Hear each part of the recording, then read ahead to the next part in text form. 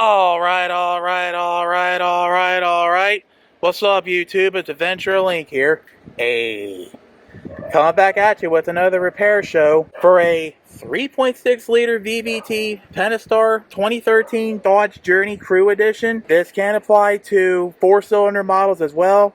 3.5, maybe. Try it, figure it out. Let me know in the YouTube comments below if it works out for you. Before we begin, I want to give a shout out to Rochelle Santangelo Chavez. This is my fourth take now taking this, by the way, so hopefully I got it right by now. In any case, she was on the Dodge Journey Owners Club saying that her coolant reservoir tank kept going out. She had to replace it like 3 times. Apparently, I guess this is a known issue on Chrysler products. This will be Journey specific. I don't see why any other application would be any different, especially if you're using a Pentastar V6 and a Town & Country, Grand Caravan, Dodge Avenger, Chrysler 200, what have you. So as Joe Guerrero from the After Prison show would say, let's head on in, feet first that is, and dive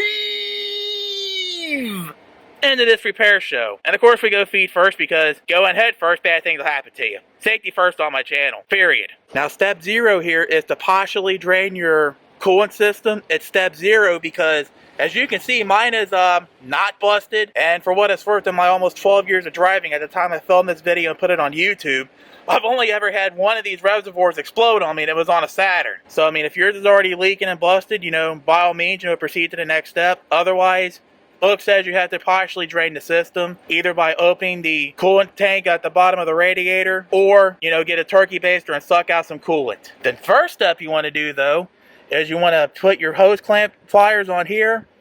You want to move this clamp back as much as you can because you will need to take off this overflow tube right here. Next thing you want to do after you slide the hose clamp back far enough is you want to remove this overflow hose right here. You may have to fight with this because in this case it's been on here for like 7-ish years, 116,000 miles give or take. So you will have to fight this thing. My advice to you is, like, get a pick or something, put it in here to pry it open, or see if you can't get a small vice grip in here to loosen this up. Do something to remove this and then put some silicone lube on when it's off. Next thing you'll do is remove 2 fasteners, one here and one back here. They're both 13 millimeters. So let's do it.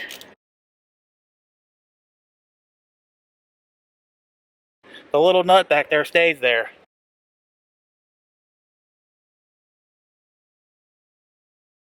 Wow, this bolt's looking a little crusty here. And out the reservoir comes, one way or another here. Then the next thing you'll do is sneak in your little hose clamp like the one I had earlier.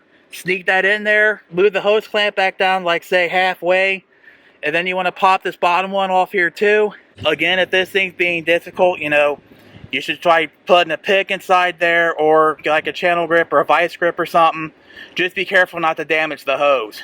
Now after you get the hose off the coolant reservoir, from there, you know, reverse or removal is your installation. Just make sure that these 2 fasteners here and up here, you know, only get tightened down like say by a little bit. I mean, these are plastic bolt housings here that go into plastic. You know, you don't want to over tighten it like Hercules type so you don't break things. And of course, if you was able to recover your coolant, well, then you can just put it back in the system as long as it was still clean. Otherwise, you know, top off with 50/50 fluid, either the dealer fluid from Chrysler, the Mopar fluid, or you can use Xerox Go5. That's fine too. I've used it on a lot of Grubhub, Amazon Flex, DoorDash, etc. runs, and yeah, it can mix with the Mopar coolant and not cause adverse issues. So with that being said, that's it. That's pretty much all you got to do to replace your coolant reservoir on your Dodge Journey or some other front-wheel drive Pentastar V6 or 2.4 liter variable valve timing application. Now let's go wrap this video up.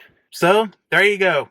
Fairly easy repair job that you can do yourself. Just so you know, I've heard from the dealer, you know, you can get the reservoir housing at the dealer for like $100. So yeah, save yourself some time, save yourself some money, do it yourself. Boom. You know, I kind of hate having to take apart cars, you know, for YouTube shows to show you how to do things. I'd rather wait till something actually goes wrong to do it. But, you know, at the time I filmed this video and put it on YouTube, unfortunately, the Dodge Journey, the transmission's about to go out, and it's surprise, surprise, it's a Chrysler product. They're supposed to do that. And in the case of these 62 TEs, they usually like to take a dump around 120,000 miles. Like I said, this got 116,000 on the clock, so yeah, seems par for the course. Ah, well, at least you all got a YouTube show out of this and some good content. So I guess that's pretty much all I got to say about this repair show here. So I'm Avenger Link. Thank you for watching. Special shout out once again goes to Rochelle San Angelo Chavez on the Dodge Journey Owners Club Facebook group for giving me the inspiration to do this. I mean, you know, she's had to go to like 3 of these housings, or reservoir bottles rather, and these are practically known issues on these cars anyway. Yeah, at least I got some content out of this. And as always, if you got any questions, comments, concerns, praise, criticisms, whatever, be sure to drop them down in the YouTube comments below this video. Make sure to also rate, subscribe, share it with your friends and family and other people who own Dodge Journeys, especially since this is related to Dodge Journeys. But like I said, this could also be for the Dodge and Chrysler minivans, Dodge Avenger, Chrysler 200, etc. Please do all these things because it helps me make a living here on YouTube. It helps to get my word out, more importantly. And also, you know, it helps tell YouTube myself if I'm doing a good job or not, and I'm not making crappy videos. So, yeah. And also, if you never want to miss another video from me again, you gotta ring that bell.